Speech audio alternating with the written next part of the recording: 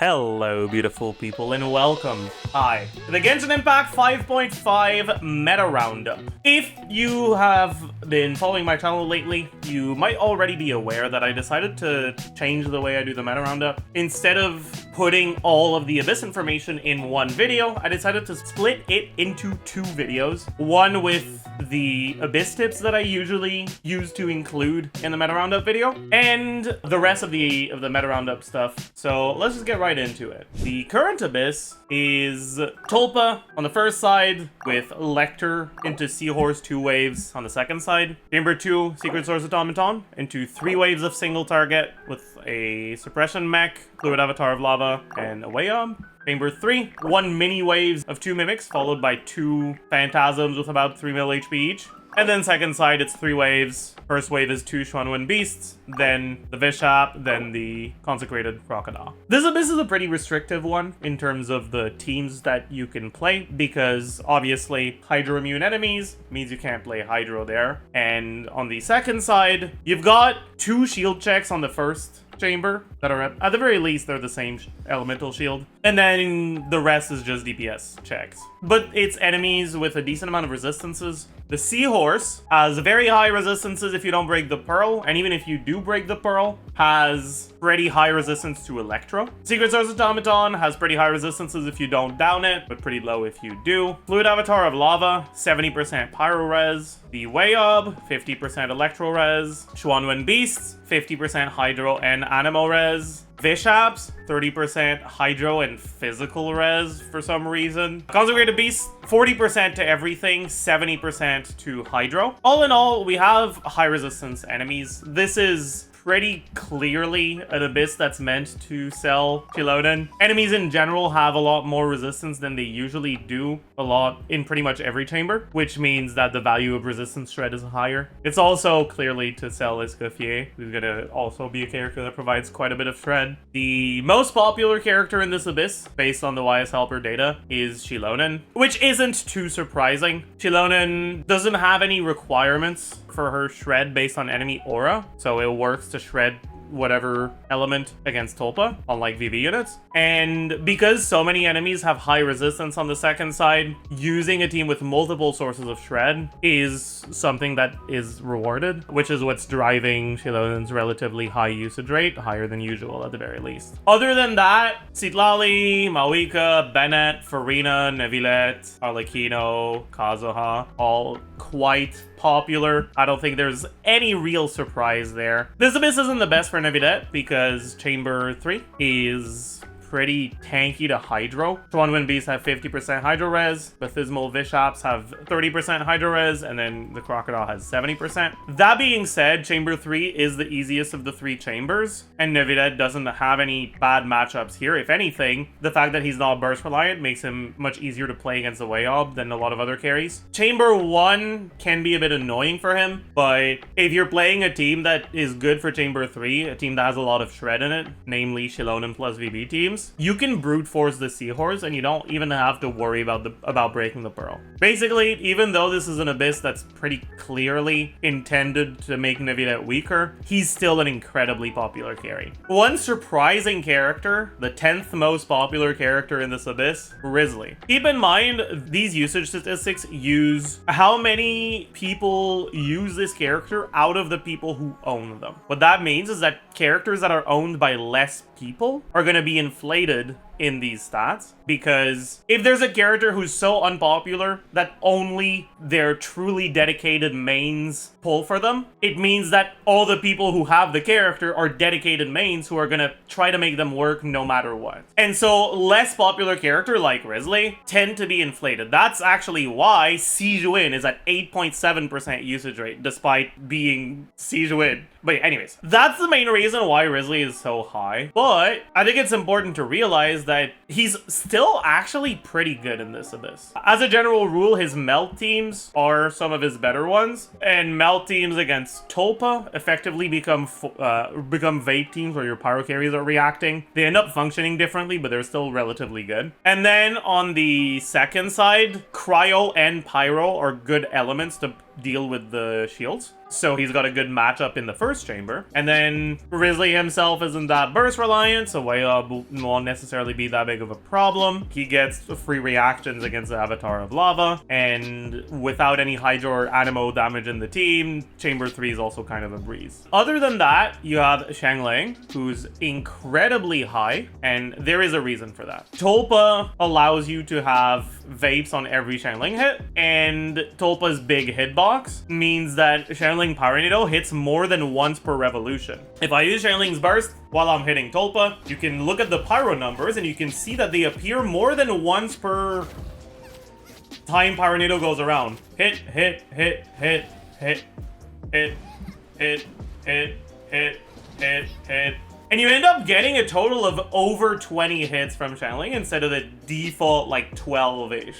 That paired with the fact that she's now getting free vapes means that in, say, a Veresa team, for example, Xiangling is doing more than 3 times more damage than she usually does if you're building her accordingly. That's kind of insane. Xiangling's personal damage actually starts becoming pretty close to Veresa's personal damage against Tulpa. On top of that, if you use her on the second side, she's one of the better shield breakers for Elector, and she's alright for the Seahorse, which makes her overall just very, very good this Abyss. Veresa at 30%. Honestly, that's a bit lower than I expected. I guess the main reason why she's somewhat low is because anyone who uses Nevilette as their second team can't use them on the first side, and because so many people have and use Nevilette, pretty much all of those people are going to end up using Nevilette second side, which means that when it comes to other carries, unless you have a particularly good matchup against Tulpa, a lot of people will not end up using the character. Veresa is still good because she's one of the characters that works best with Xiangling, but she herself doesn't have her damage increased against Tulpa, unlike a character like Arlecchino, for example. Navia, fairly high, not much of a surprise. The Leyline Disorder increases Geo skill damage on the first half by 75%, and Navia is one of the characters that works well with Xiangling. Nahida pretty high. Nahida's actually pretty decent on both sides of this Abyss. Dendro is pretty good at breaking Electro Shields, and although the Trikarmic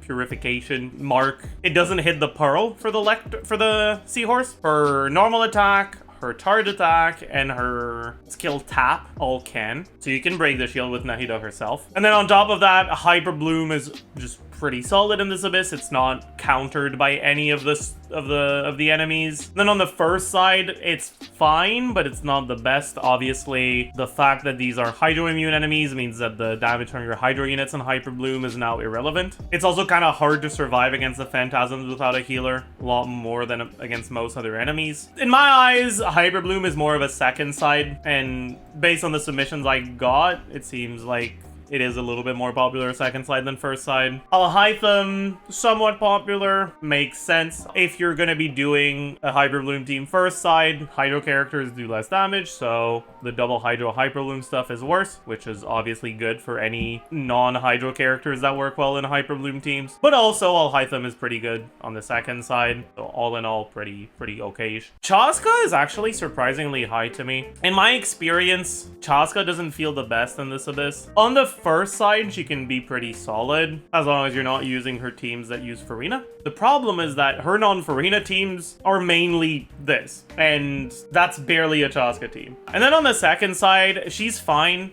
but her own damage doesn't hit the Pearl at all, which means you have to break the shield entirely with the rest of your team. Emilie, I'm not surprised to see fairly high. Emilie's a lot less popular than most other characters, so she's going to be a bit inflated. And on top of that, Knight teams are quite good this Abyss. Knight teams are teams that have Pyro and Dendro, which are good elements to break Electro Shields. They don't get countered whatsoever by the Pyro resistance because most of their damage is Dendro. Both Emilie and Knight are non-burst reliant characters that do well against the Wayob White Shield. All in all, they're just pretty solid teams. Chiori, pretty high. Somewhat similar reason to Navia. The Geo skill damage plus the fact that the Navia teams can slot in Xiangling. But outside of Navia teams, just in general, just the Geo skill damage is pretty useful for Chiori. Eon-san, relatively high, just because she's quite a strong character. Baiju, fairly high, just because no one has him, and he's a somewhat popular option for Nevilette. Yelan, I think, is lower than usual, which isn't too surprising to me because of how anti-hydro the first side is and because Yelan herself doesn't do anything for the electro shields. Chevaleuse, I think, is actually quite a bit lower than I expected. I expected Chevaleuse to be the second most popular 4-star, not Changling. I guess her being lower than Yeonsan kind of makes sense because Yeonsan is still very new, so a lot of people who wouldn't use Yeonsan just don't have her anyways. But yeah, Chevaleuse is very, very powerful this abyss. Teams that use Changling or even just other pyro characters get free vapes on Tulpa, which means that playing a vape or melt team to begin with is less rewarded on the first side, but playing a pyro carry is. Playing a pyro carry in a team other than vape and melt is heavily rewarded on the first side, which is obviously going to be a pretty big deal for Chevaleuse teams. And then unlike mono pyro teams, they're not reliant on enemies having a specific aura to get their shred. They get the shred just from triggering overload, which you can do easily against Tulpa. Kuki, fairly high because of Hyperbloom being a pretty good team on the second side. No surprise there. Ayaka and Shenhe, actually, both quite a bit higher than usual because they're actually very good in this abyss. Cryo is quite good at breaking shields, just in terms of HP. If you compare it to like a year ago, it's pretty high, but if you compare it to recent abysses, like looking at Chamber 1, it's pretty squishy, and the rest of it is freezable without too much of a problem.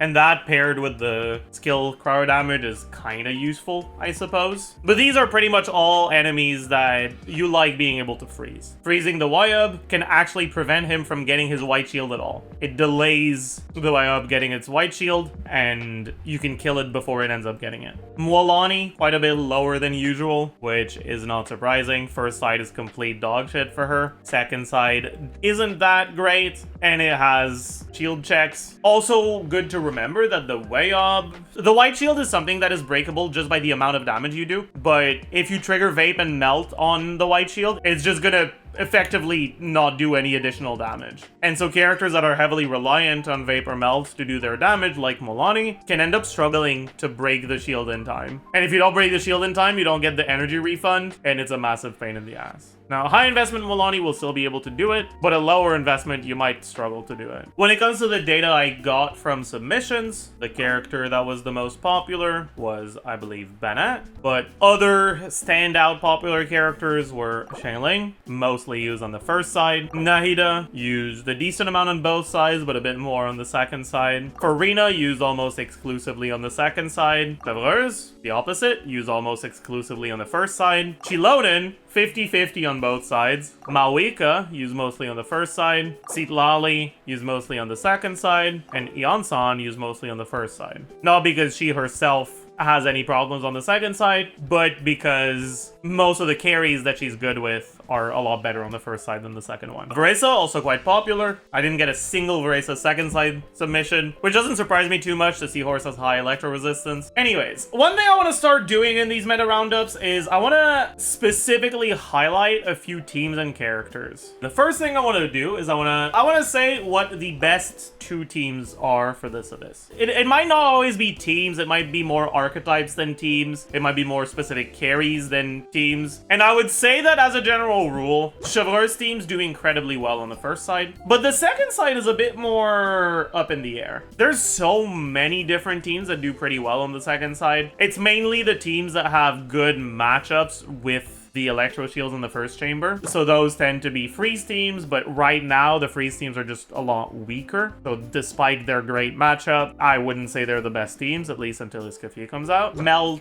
or vape teams that have some form of shred do pretty damn well, but they have a lot of overlap with the Chevaleuse teams that are the best on the first side. Nahida and the Hyperbloom teams in general are quite good, and they don't have any overlap, but they don't scale as well with higher investment, and because of that, I think that the one I'm actually going to settle on might be Kaniche teams. Kaniche teams just have such a great matchup because they're arguably the best teams at breaking the Seahorse. So much of your stuff is able to hit the Pearl. And then they also have pretty good matchups against Chambers 2 and 3. The second category I wanted to add to the meta roundup is the Overperformers category. units that perform significantly better than they usually do in this abyss. And obviously, almost every time there's Tulpa, at the very least, every time the Tulpa chamber is one of the chambers that's harder to do, Xiangling is gonna show up. Xiangling is just so goddamn strong in this abyss. When it comes to chamber 2 though, if that's the chamber you're struggling with, Xiangling is doing a lot less for you. It's a bit more up in the air who's like particularly great against the automaton, but Citlali and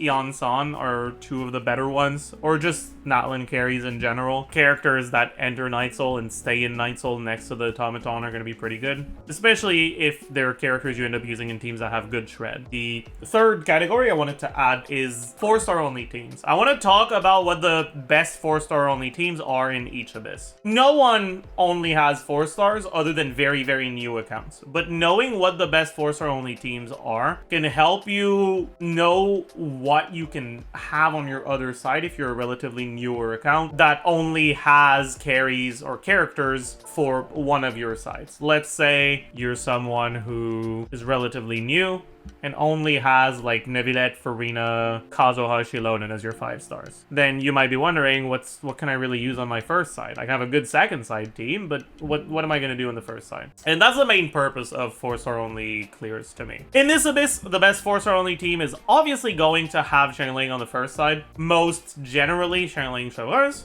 and ideally Fischl as your Electro to maintain Chevalier Shred. On the second side, it's gonna be a Hyper Bloom team, because teams that don't use any of these units that are 4-star only are mainly Hyper Bloom and Gumming teams, and unfortunately, this is not a very good abyss for Gumming, which means that your second side team is probably gonna be something else. As a general rule, 4-star only teams, your options tend to be Chevaliers teams focused on Xiangling, National teams with Xiangling, Rev Melt teams with your Cryo plus Xiangling, Taser teams with Fischl and then Auron or Beto, Hyper Bloom teams with Kuki, Aggravate teams with Fischl and an on-field either Lisa or Animal unit, Gumming teams, and that's mainly it. You can look at like Freeze and Monocryo teams, but those tend to be a bit weaker. Sethos teams as well, when it comes to Aggravate teams, sure. If this is your first side, your options for the second side end up being limited,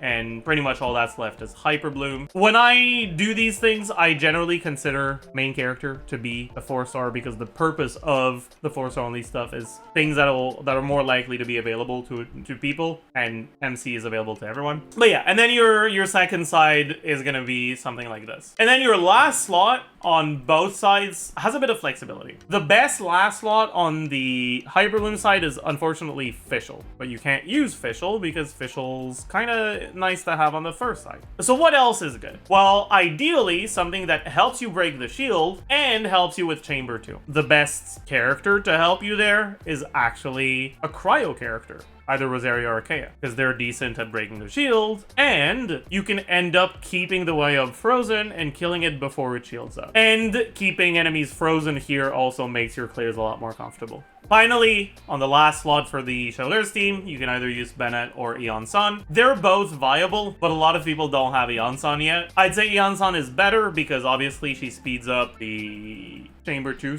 player. That being said, depending on your damage breakpoints, that might not really matter. Getting the automaton to go down faster only matters in 2 situations. One, if you can kill the automaton towards the end of the first down, or 2, if you need 2 downs to kill it, because you'll make that time when the second down happens or the first down happen faster. If it takes you 3 or 4 rotations to kill it, even with a down, you will get 2 rotations before the natural pillar phase, which means that Bennett will clear about as fast as Eon San, because with Eon San, what happens is you get 1 rotation, then a pillar phase, then another rotation, then another pillar phase. With Bennett, you get 2 rotations, then a pillar phase, and then another rotation. But if you can kill them in that 4th rotation post-pillar phase, then it will have taken you about the same amount of time. So depending on your artifact investment on these units, you might end up getting a faster clear on Eon San, or it might be pretty damn similar. Finally, we have the biggest underperformer for this abyss, or underperformers, I guess. Talk about units that are generally good, good, but that have particularly bad matchups, so that people that have those units and often use them are aware going into Abyss that they're gonna struggle more than usual. And I think the main two I want to highlight are Molani and Tosca. Tosca, not because of her best teams. Like, Tosca's best teams is still Mawika, Bennett, Citlali, and if you do that, it's fine. But if you don't end up using Tosca with Mawika or with Citlali like that, most people end up using her with Farina. And the Chaska Farina teams, because Chaska doesn't target the Seahorse Pearl, can kind of struggle here, and because there's a decent amount of your damage that's Hydro, also can't really be played well on the first chamber, and so it's a bit worse than usual. And then Molani teams also have a bit of a potential problem, because the teams that have a lot of Shred don't tend to have that great of a matchup against the Seahorse Pearl, and the teams that don't have a lot of Shred struggle quite a bit on chamber 3. On top of that, the way up is pretty bad for her. All in all, she's still fine and usable. I mean, both of them are, but they both are gonna have significantly worse performance than they usually do. I guess I can also talk about Gaming, who's kind of in the same boat, where by default his only good teams are the Melt and Vape teams, which means that he doesn't gain anything from Tulpa. But with Melt teams, he loses Cryo, or he loses Melt, and with Vape teams, he loses the Hydro damage from Farina. And then on top of that, Xianyun can't really proc VV against Tulpa. So all in all, he's quite a bit worse than usual on the first side, and second side, he also has some problems because the Seahorse moves so much, and the Avatar of Lava and the Way Up don't really let him melt. Last thing I want to say, I guess, is quickly talk about how the new characters are doing and whether I expect them to perform well long term. Both Veresa and Eon-san are fairly powerful characters that I see sticking to the meta for a long time, honestly. Eon-san is a relatively versatile character in the sense that her attack buff is gonna work on most attack scalers, and it's big enough that it's pretty much always gonna be one of their options, even on ones that don't have the best synergy with her. And then Veresa is a fairly powerful character that is kind of hard to counter, like I was mentioning earlier. Even on the second side, you can make Veresa work as long as you have a character that can break the Pearl relatively quickly, which is pretty easy to do in her Chevaleur's teams, as long as Chevaleur's burst actually targets the horse properly. If you want any tips specifically related to each chambers, check out the Abyss tips video that I posted a few days ago. As usual, I hope you learned a thing or two. I hope you enjoyed, and I will be seeing you guys in the next one. Bye, YouTube.